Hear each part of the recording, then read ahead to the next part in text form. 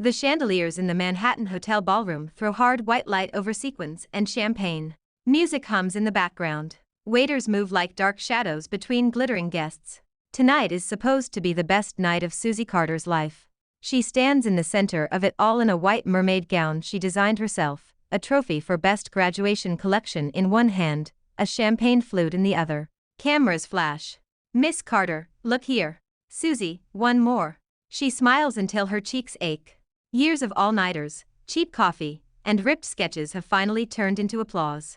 A glass touches hers. To my genius best friend. A sugary voice says. You did it. Susie turns. Lena Green, her college roommate, beams at her. Lena's pink dress looks very close to one of Susie's earlier silhouettes, but Susie swallows the annoyance. Lena, thank you. She says. If you had not covered my coffee runs, I would have died. Please. I was just a humble assistant. Lena laughs, tilts her head. Drink. You earned it. They clink and sip. The champagne slides down light and sweet. Susie takes another swallow, because Lena keeps watching her, eyes bright, smile fixed. The heaviness starts slow, first behind her eyes, then in her limbs. The chandeliers smear. The music warps. She blinks hard. Lena. She whispers. I feel weird. Lena's hand circles her elbow, steadying her. The smile on her face stays, but something ugly flickers in her gaze. Of course you do. She murmurs against Susie's ear. Those pills kick in fast. Susie goes cold inside the heat. Pills. Her voice scrapes. What did you? Do not blame me. Lena says, still soft. You shine too much. Investors only see you. I have been standing in your shadow for 4 years. Tonight, you finally get to share. She presses a key card into Susie's trembling hand. Investor Zhao is upstairs. Lena continues. He likes pure, obedient girls. You spend a night with him, he signs the contract, we both win. You get money, I get a promotion. Perfect, right? Susie shoves her away, the room swinging. Are you insane? I am not for sale. Grow up. Lena's tone flattens for the first time. This industry is dirty. You either play or get played. At least let your body pay for your dream. Susie's stomach twists. Her skin burns, her dress feels too tight. The trophy almost slips from her fingers. Behind them, a man's laugh cuts through the noise. Where is my little designer? Investor Zhao drawls. I paid for a private conversation. His eyes skim over Susie like grease. Panic snaps something loose. Susie pushes past Lena and stumbles toward the side door, heels scraping marble. Susie. Lena calls. You cannot fight this. The hallway outside is dimmer, the music muffled. Susie's heartbeat is loud in her ears. Every step feels like wading through fire. Little beauty. Zhao's voice echoes behind her. Do not make me chase you. She turns a corner and sees a door at the end of the corridor. The red light on the lock is off. She grabs the handle with shaking fingers, shoves it down, slips inside, and slams the door. She leans against it, chest heaving. The outside footsteps pass, then fade. Who are you? A low voice asks. She startles. The suite is half dark. City light spills through floor-to-ceiling windows, painting silver lines across a leather sofa. A man sits there with his shirt collar undone, and a tumbler of whiskey in his hand. His face is half in shadow, his posture lazy and dangerous. I am sorry. Susie stammers. Her vision tilts. She takes one step and almost falls. He is on his feet in a heartbeat. A strong arm wraps around her waist, pulling her against a solid chest that smells like cedar and expensive soap. Her fingers knot in his shirt. Heat races through her veins, worse than before, as if the drug found new fuel. Let go. He says, voice rough. You are in the wrong room. I cannot. She whispers. Something is wrong. He feels the tremor in her body, the unnatural heat of her skin. Who did this? He demands. She tries to speak, but the words dissolve into a broken breath. Her lashes are wet, but the tears refuse to fall. Her pupils are blown wide. The door handle rattles behind her back. Sir, that suite is occupied. A staff member says firmly. Your room is next door. Zhao curses, then stomps away. Inside the room, the man's jaw tightens. He should call security. He should push this stranger off and wash his hands of the trouble. Please. Susie whispers again, clinging to him like he is the only solid thing left. Help me. He swears under his breath. Later, Susie will remember pieces like shards of glass. Hands holding her when she shook.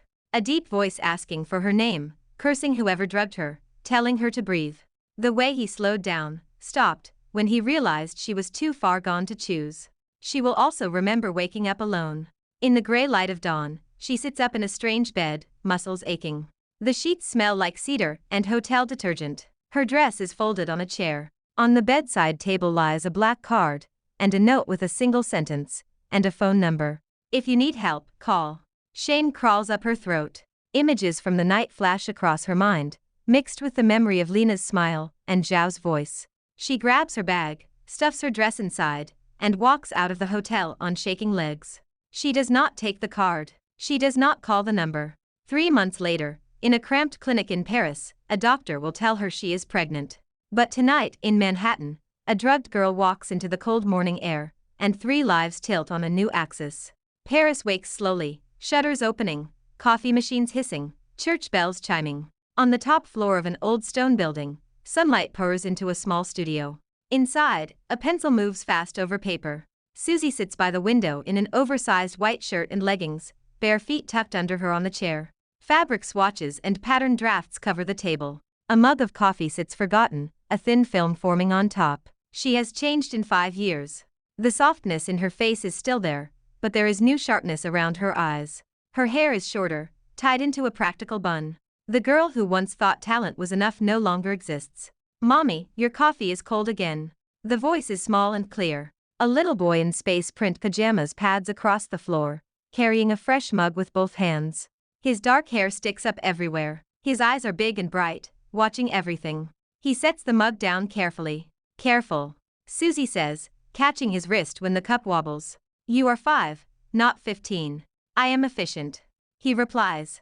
"You need caffeine to keep drawing. Lack of sleep will reduce your productivity." She chokes on a laugh. "Who taught you that?" "You did," he says, climbing onto the chair beside her. "When you thought I was asleep." He leans over her sketch. "Move the waistline up a bit," he suggests, tapping the paper. "It will look better in photos and feel better when people sit." Susie looks at him with a mixture of pride and disbelief. "You are a genius, Liam Carter Hunter," she says. "Stop trying to steal my job." He straightens. "Call me Little Bun," he says. Liam is my serious name for serious people. He was the size of her forearm the first time she held him, red and furious and so fragile she was afraid to breathe. She named him Liam after the English name she had once scribbled at the top of a dream design sheet. She gave him both her last name and a piece of the stranger's, Hunter, because she could not pretend he did not exist. Back then she had almost no money, no friends, and no plan. She worked part-time in a bakery, and as an assistant in a tiny studio, sewing hems while her belly grew. She took French classes at night. She fainted once on the metro from exhaustion, and woke up to a stranger shaking her shoulder. But she survived. They both did. Now, she designs under her own small brand, Carter Atelier. Her clothes have appeared on a few red carpets. A niche blog called her The Quiet Storm from Paris. Little Bun builds her website, corrects her spelling in French, and wakes her up from her work trance when she forgets to eat. She takes a sip of new coffee. "Thank you," she says. He swings his legs. "Mommy, can we go to New York one day?" he asks. "I saw it in a movie. Lots of tall buildings, good pizza, bad traffic. It looks fun." Her hand stills. "Why New York?" she asks. "That is where you were born," he says. "You talk about it in your sleep." She forces a smile. "New York is complicated," she says carefully. "Some people there hurt me a lot. Like the bad auntie." He knows pieces. He knows that a woman once stole Mommy's designs and made her run to another country. He does not know about drugs and hotel rooms and black cards. "Yes," Susie says. "Like the bad auntie." She glances at her laptop. An unread email sits in her inbox, the subject line glowing. Invitation Global Fashion Gala, New York. She clicks it open again, even though she has already read it 5 times. "On behalf of Hunter Group and the New York Fashion Association, we are honored to invite you, designer Susie Carter, to present your latest collection as a featured guest at the Global Fashion Gala." Below the text is the sponsor list. Hunter Group sits at the top.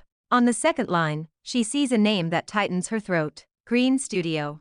Lena, still shining under someone else's stolen stars. "Mommy?" Little Bun nudges her. "You are making that face." "What face?" "The one that says you want to burn something but also hug me." She exhales, long and slow. "Someone in New York stole from me," she says. They took my designs, my award, almost my future. This gala is theirs too. He watches her quietly. So this is a trap, he says. Or a stage. Susie looks at the city outside her window. She remembers crying on a bench outside a cheap clinic with a pregnancy test in her hand, choosing to keep a baby and leave her nightmares behind. She also remembers the moment she stepped on a Paris runway for the first time, hearing strangers clap for her work. Maybe it is time to stop running. We are going back, she says. Little Bun's eyes light up. Really? Really? She nods. We will take back what is ours. And then we will eat real New York pizza. He grins, then grows thoughtful. Then we need a plan, he says. We cannot fight bad people with only pretty clothes. He hops off the chair and runs to his tablet. I will handle tech and public opinion, he announces. You handle fashion and dramatic speeches. Susie stares. Since when are dramatic speeches my specialty? You burned that critic last month on live television, he says. It went viral. She rubs her forehead. That was an accident. He shrugs. It was effective. On the other side of the ocean, in a glass tower overlooking the New York skyline, Liam Hunter scrolls through the guest list for the gala on his tablet. His assistant stands nearby, listing sponsor confirmations. Liam barely listens. His eyes have stalled on one name, Susie Carter. He clicks the link. A photo pops up. A woman in a black dress, arms crossed loosely, chin lifted. Her eyes are cool and steady. His pulse jumps. He has tried to bury the memory of that night, the feel of a trembling stranger in his arms, the anger he felt when he realized she had been drugged. He searched for her afterward, but she vanished. No social media, no trail. Now, 5 years later, her name shows up on his own event list.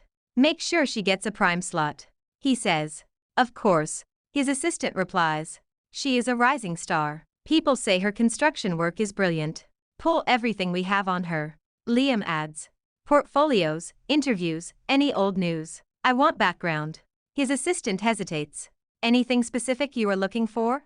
He asks. Liam's lips twist. A starting point, he says. He does not know yet that a 5-year-old with his face is practicing introducing himself in a mirror, trying to pick between, Hi, I am Little Bun, and Hello, I am Liam Carter Hunter. The global fashion gala red carpet glows under white spotlights outside the Hunter International Center. Reporters shout over each other. Cameras click like teeth. Luxury cars pull up, doors open, celebrities glide out. A black sedan rolls to a stop near the end of the carpet. The back door pops open, and a tiny shiny shoe hits the ground first. Little Bun climbs out in a miniature black tux, bow tie straight, hair tamed with gel. He looks like someone shrunk a CEO and put him in a cartoon. Mommy, the lights are bright, he says, shielding his eyes. That is what happens when you stand in front of the world. Susie answers, stepping out behind him. Tonight she wears a deep green gown that clings and flows in the right places. The neckline is clean, the slit on the side just high enough. The fabric catches the light like water in shadow. She keeps her jewelry simple, a pair of diamond studs and a slim bracelet. Someone gasps. Who is that? Susie Carter, the Paris designer. And the kid. Look at his face. He looks like Liam Hunter's clone. Little Bun hears and squeezes Susie's hand. Smile for free marketing, he whispers. Then we go inside and cause chaos. They move down the carpet. Flashes explode around them. Miss Carter, who are you wearing? Myself, she says with a polite smile. Is this your son? Can we get his name? Little Bun steps slightly forward. Good evening, he says. I am Little Bun. Please tag my mom's brand correctly when you post your photos. Carter Atelier. He spells it out slowly, just to be sure. Laughter ripples through the crowd. Halfway down the carpet, a familiar voice cuts in. Susie? Wow, you actually came. Lena stands in a silver gown, her hair in big curls, a camera crew trailing behind her. A green studio logo shines subtly on the backdrop behind her. Susie's jaw tightens. Lena, she says coolly. Long time. It has been, what, 5 years? Lena's smile is wide, teeth bright, her eyes are sharp. I thought you were gone for good. Paris must not be as easy as the magazines say if you had to crawl back to New York. Mommy did not crawl. Little Bun says calmly. She was invited. Lena's gaze drops to him for the first time. For a second, she freezes. The resemblance hits her too. You brought a child? She scoffs. Is that the trend now? Single mom designer? Do you think sympathy will sell your clothes? Little Bun's brows draw together. Lady, he says, voice clear. Your gown is cut on the wrong grain. The hem will twist when you walk. And the pattern was in my mother's portfolio 3 years ago. Did you pay for it, or just steal like you did before? The air seems to stop. A reporter nearest them recovers first. Miss Green, is your gown based on a Carter Atelier design? He asks, microphone already up. There are rumors about plagiarism. Lena's face drains. That is ridiculous. She snaps. He is a child. A child who knows more about construction than most interns. Another reporter mutters. Susie squeezes Little Bun's hand. Enough, she says softly. We have a show to do. Inside, the hall hums with money. Crystal chandeliers hang above a forest of suits and gowns. Giant screens loop sponsor logos and video teasers. Liam arrives to a wave of attention. He cuts through the crowd with the calm of someone who knows everyone is watching, and does not care. He shakes hands, answers a few shallow questions, and makes excuses to move on. He sees Susie near the designer's lounge before she sees him. She is leaning over Little Bun, adjusting his bow tie. Her fingers are gentle. He swats at her, complaining, but his eyes are laughing. For a moment, Liam forgets how to breathe. He walks toward them. Susie senses him when he is 2 steps away. She straightens slowly, hand falling from Little Bun's collar. Mr. Hunter, she says, voice steady. Thank you for the invitation. Liam studies her. Thank you for accepting. He replies. Then he looks at Little Bun. And you must be Little Bun, the boy says. Legal name Liam Carter Hunter, 5.5. Favorite color changes weekly. I like strawberries, robots, and exposing liars online. Liam feels the ground tilt under him. How old did you say? He asks quietly. 5.5. Little Bun repeats. Born in November. November, almost exactly 9 months after that night. Liam looks at Susie. She stares back, shoulders tense, fingers curled slightly at her sides. It seems we have a lot to discuss. He says. If it is about business, send an email. She replies. If it is about gossip, talk to the tabloids. They are very busy tonight. Little Bun looks between them. Adults. He sighs. Always ignoring the obvious. He tilts his head at Liam. You know, Mr. Hunter. He says thoughtfully. We have the same first name. The same eyebrows. The same weird little line when we are annoyed. He copies a tiny frown. Liam almost laughs despite himself. He presses his lips together instead. Coincidences happen. Susie says sharply. Liam lowers his voice. Hotel Aurora. He says. Suite 3902. 5 years ago. You running in like the world was on fire. Does that ring any bells, Susie? Her composure cracks for half a second. Color drains from her face. He sees enough.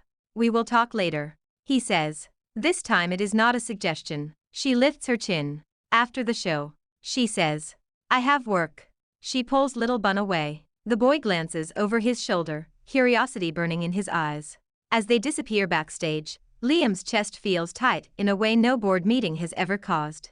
He has outmaneuvered hostile takeovers, crushed rival bids, and stood in rooms full of sharks without flinching. But a small boy calling himself Liam Hunter has him shaken. Backstage, chaos rules. Assistants shout about steaming dresses. Models hop on one foot as they change shoes. Makeup artists attack smudged eyeliner with cotton swabs. Susie stands by the tech table in her show outfit, headset hanging around her neck. On the monitor, the last designer's segment wraps up. Next is Green Studio. Little Bun sits on a tall stool beside the soundboard, legs swinging. His tablet is connected with a cable that should not be there. You are sure you can do this without crashing the entire gala? Susie asks under her breath.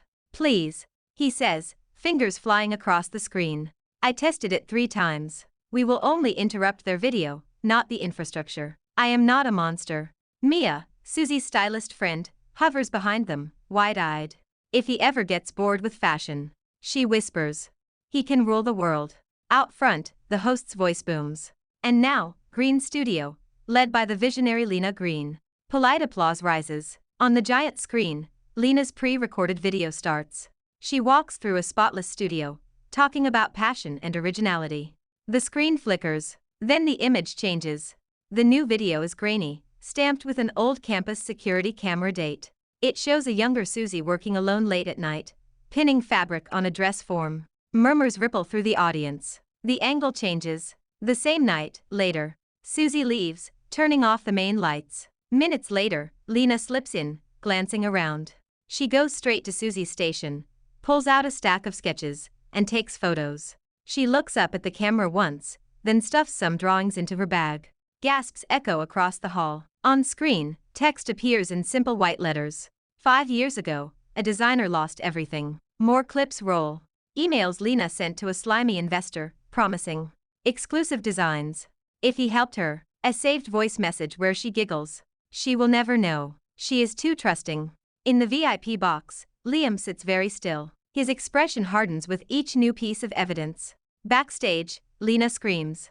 What is that? Turn it off. She shrieks, grabbing a tech's shoulder. Are you idiots? We did not load this file. The tech stammers. The system was hacked. Lena's eyes blaze. Hacked by who? By Justice. Littlebun murmurs, tapping his screen one last time. He unplugs the cable. We are done. The video on stage switches to side-by-side images. On the left, Susie's original drafts. On the right, Green Studios. Signature pieces. The lines match. Then, one more line of text, some stars were stolen. Tonight, they go home. The lights dim. The music stutters, then shifts. A single spotlight hits the end of the runway. Susie steps into it. She is in a black gown from her new collection, stars of silver thread scattered across the skirt. The hall goes quiet. She walks down the runway, stops at the center, and takes the microphone from the frozen host. My name is Susie Carter, she says. Her voice is clear. 5 years ago, right after I won my graduation award, my designs disappeared. They reappeared under a new label. People said I was dramatic when I complained. They said I was jealous. Tonight, you saw the truth for yourselves. She looks directly at Lena, who stands trembling just off stage. You drugged me, Susie says, dropping the politeness. You sent me toward a man like merchandise and stole my work while I was unconscious. You built your studio on top of my bones. The audience shifts. Some people look away, others stare with open interest. In the last 5 years, I started over in another country. Susie continues. I learned a new language. I worked 3 jobs. I raised a child alone. I am not here to beg anyone for forgiveness or approval. I am here to say I am not afraid of you anymore. She turns toward the cameras. I have filed lawsuits with full evidence, she says. Tonight's video is already backed up across 3 continents. Even if this screen explodes, the truth will not disappear. Backstage, Littlebun whispers, impressed. 10 out of 10, no notes. In the VIP section, Liam glances at his legal counsel. We are terminating the contract with Green Studio, he says. Immediately. I want them escorted out tonight, and offer Carter Atelier any support she needs, legal or otherwise. Yes, sir. The counsel says, already typing furiously on his phone. On stage, Susie hands back the microphone. And now, she says simply, let us look at designs that were not stolen. The music swells. Models wearing Carter Atelier walk out one by one. The collection is clean, sharp, full of quiet strength. The audience leans forward, caught. When the last model disappears, there is a heartbeat of silence. Then the hall erupts. People stand. They clap, whistle, shout her name. Phones go up. Every flash aimed at Susie now is hers. She bows, eyes bright with unshed tears. Backstage, Littlebun pumps his fist. Phase 2 complete, he says. Humiliation achieved. Mia laughs shakily.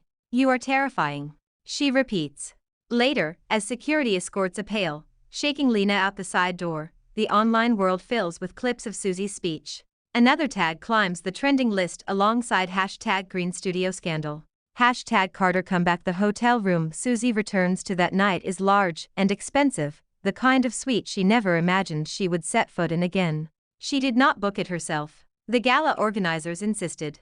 Littlebun is spread out on the bed with his tablet, monitoring the chaos. Mommy, he reports. Our followers tripled. Orders crashed the site twice. People are calling you an icon. Susie toes off her heels and drops onto the sofa. My head hurts, she says.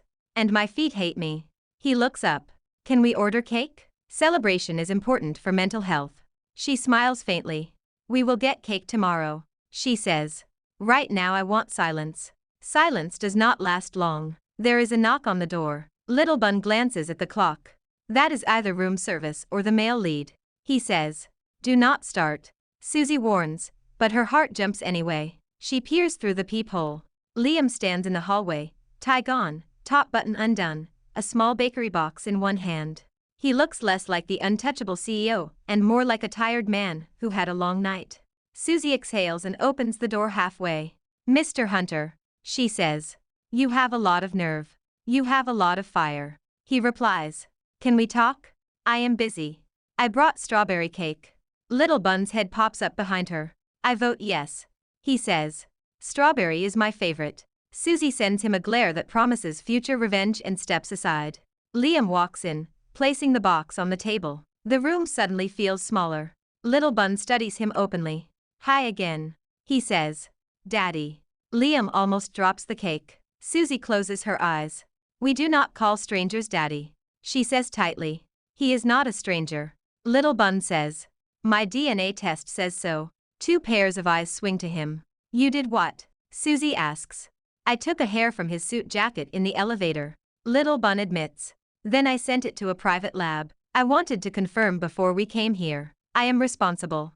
Liam stares at this small person, who just casually confessed to corporate-level espionage. "How long have you known?" he asks. "Since we got the results," Little Bun says. "Mommy freaked out quietly for 3 days." Susie covers her face with her hands. "Can you please stop talking?" she mutters. Liam's voice softens. "Susie," he says. "Look at me." She lowers her hands slowly. 5 years ago," he says.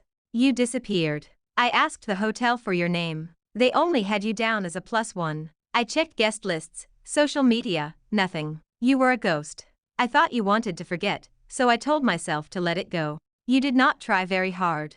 She snaps. "You could have done more." "I could have." He agrees quietly. "That is on me." They stand there, the air between them thick with all the things they did not do.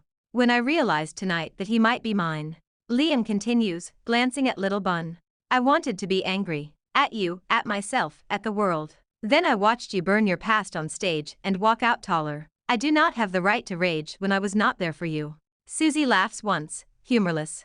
"You were never supposed to be there," she says. "You were a stranger in a dark room. I woke up with bruises, a note, and a black card. I assumed you were like every other powerful man. You took what you wanted and paid to make yourself feel better." He flinches. "I did not touch you until you pulled me to you," he says. "And when I realized you were drugged, I stopped. I made sure you were covered, called the hotel doctor, and left before you woke up, because I did not want you to feel trapped with a stranger." "Congratulations," she says flatly. "You were the best option in a nightmare. That does not suddenly make this situation simple." He takes a breath. "You are right," he says. "It does not. But now we have a child who knows exactly who I am, and is sitting 10 feet away eating my cake." They both look. Little Bun has quietly opened the box, and is shoveling frosting into his mouth. He pauses. "What?" he asks around a mouthful. "This is emotional. I need sugar." Susie covers her mouth to hide a smile. It slips out anyway. Liam sees it and feels something loosen inside his chest. "I am not here to take him from you," he says.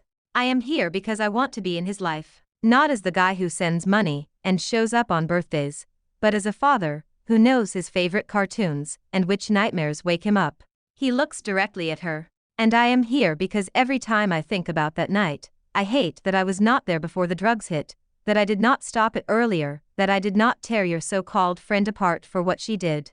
"Lena is going to prison," Susie says. "The court will take care of her. I already spent too many nights imagining different ways to ruin her. I will make sure she cannot come back as a designer." Liam says. "Hunter Group will blacklist her." "Already done," Little Bun mutters. "I sent her case file to every major fashion magazine with a nice cover letter." They both stare at him again. "I am optimizing consequences," he says innocently. Susie sighs. "We created a tiny supervillain," she says. "A tiny Avenger," Liam corrects. There is a beat of silence. "I cannot give you back the years you raised him alone," Liam says quietly. "I cannot erase your fear or your nightmares. All I can do is show up now and keep showing up until you believe I will not vanish." Susie looks at him for a long time. "Words are cheap," she says finally. "I know," he replies. "Which is why I have a very expensive plan." She blinks. "What?" He drops to one knee. Susie freezes. Little Bun squeals. "I knew it," he says. "Proposal protocol activated." Liam ignores him. "Susie Carter," he says, reaching into his pocket. I will be honest. If I had learned about the pregnancy 5 years ago, I would have panicked and offered marriage as a solution. That would have been unfair to both of us. Now I have seen who you are when you are not drowning. I know you do not need saving. I know you can burn the world down on your own. He opens the ring box. The diamond catches the hotel light. I am not asking you to marry me because of our past. He says. I am asking because I want a future where you yell at me for working too late, where our son rolls his eyes at us, where we argue about school choices instead of custody. He looks up at her, eyes stripped of their usual distance. I cannot promise I will never make mistakes. He says. But I can promise that I will never walk away again. Not from you, not from him. Little Bun claps his cake-sticky hands. Say yes, Mommy. He begs.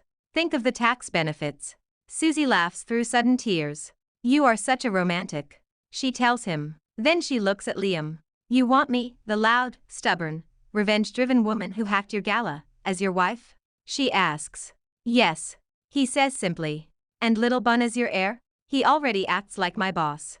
Liam says. We might as well make it official. She wipes her eyes with the back of her hand. I hate you a little. She admits. For showing up now, and making everything messy. I can live with that. He says softly. As long as you also maybe like me a little. She thinks of 5 years of fear, work, and lonely victories. Of a boy who looks like both of them. Of a man who cut his own sponsor loose in front of the world for her. She sighs. Fine. She says. We can try. Little Bun gasps. Is that a yes? He cries. It is a conditional yes. Susie says. If he ever treats us badly, I reserve the right to burn his empire down. Liam's lips curve. Deal. He says. He slides the ring onto her finger and stands. She steps into him, the hug awkward at first, then solid. Little Bun hurls himself at their legs, turning it into a tangle of arms and cake crumbs. The photo they take later is slightly blurry. Susie has frosting on her cheek. Liam's shirt has a small handprint. Little Bun's grin could light up a city. The caption Little Bun secretly adds before posting it to a private cloud folder is simple. Family, beta version. 1 year later, the Hunter estate at the edge of the ocean is not quiet. Little Bun's laughter echoes across the backyard as he chases a robot dog down the grass. The smell of grilled food drifts from the patio. Waves crash beyond the fence. Susie sits on the steps, sketchbook balanced on her knees. Her hair is pulled into a low ponytail. A thin gold band glints on her finger. You look like someone whose revenge arc is over, Mia says, dropping beside her with a drink. How does that feel? Lighter, Susie says. And weird. She watches Liam in the yard, trying to convince the robot dog to stop headbutting his ankles. After the gala, things changed fast. The lawsuits moved. Green's studio collapsed. Lena was convicted on multiple counts and sentenced. Her interviews from jail are bitter and self-pitying. Susie does not watch them. Hunter Group issued a public apology for supporting a plagiarist and launched a fund for young designers. Susie became the obvious spokesperson. Her face appeared on covers and panels, talking about ethics and second chances. Carter Atelier exploded. Orders tripled. She hired staff, opened a flagship store in Soho, and renovated a studio above it. She still stays up too late sometimes, but now there is always someone texting her. Go to bed. She married Liam in a small ceremony on a rooftop, with fairy lights and a view of the city. Little Bun walked her down the aisle in a tiny suit and whispered, Do not trip, Mommy. The whole way. They fight sometimes. About parenting styles, about work hours, about boundaries with Liam's extended family. They make up too. It is messy and human and real. Mommy.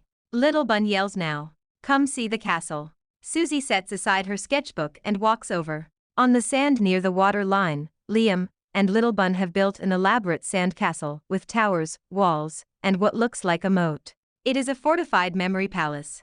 Little Bun explains. Each tower is a milestone. This one is when you moved to Paris. This one is my first day of kindergarten. This one is when Daddy almost burned pasta for the 3rd time. I did not almost burn it. Liam protests. It was under control. The smoke alarm disagreed. Susie says. The tide rolls in, a small wave licking at the outer wall of the castle. Do not worry. Little Bun says. Nothing really disappears. We already took photos and backed them up. He pats the main tower gently. Thank you for your service. He tells it. Susie crouches beside him. You still want to rule the world when you grow up? She asks. He considers. Maybe not the world, he says. Too many meetings. But I want to make sure no one can bully you again, or steal from people like you, or drug someone and walk away. His voice is small but fierce. Susie's chest aches. You will, she says. You are terrifying. Avenging. He corrects. And I have backup now. He looks at Liam, who stands with his hands in his pockets, watching them with a soft expression he would deny at any board meeting. I am not going anywhere, Liam says. Susie believes him now. Not because of one big gesture, but because of all the small ones, the school runs he insists on doing himself, the nights he stays up to fix a production issue at her factory, the way he always has Little Bun's favorite snack in his briefcase. They walk back up the beach as the sun drops lower, painting the sky orange and pink. That night, after Little Bun falls asleep buried under 3 blankets and a pile of robot parts, Susie and Liam sit on the deck with mugs of tea. I used to think my life ended that night in the hotel, Susie says quietly. Everything after felt like a punishment for trusting the wrong person. It did not end, Liam says. It just rerouted. It hurt, she says. A lot. I know, he says. I wish I could erase it. I do not, she answers after a pause. If I erase it, I erase Little Bun. I erase Paris. I erase the version of me who learned how strong she could be when no one else was coming. He looks at her profile. You were always strong, he says. She smiles. And stubborn, she adds. Do not forget that. He leans back. What now, Mrs. Hunter? He asks. Your villain is in jail. Your name is cleared. You have a brand, a husband, a genius child. What is left? She looks at the dark line of the sea. More collections, she says. More young designers who do not get eaten alive. Maybe another baby. Maybe a vacation where no one brings a laptop. Ambitious, he says. Scared, she teases. Never, he says. As long as you let me stand next to you when you set things on fire. She laughs softly.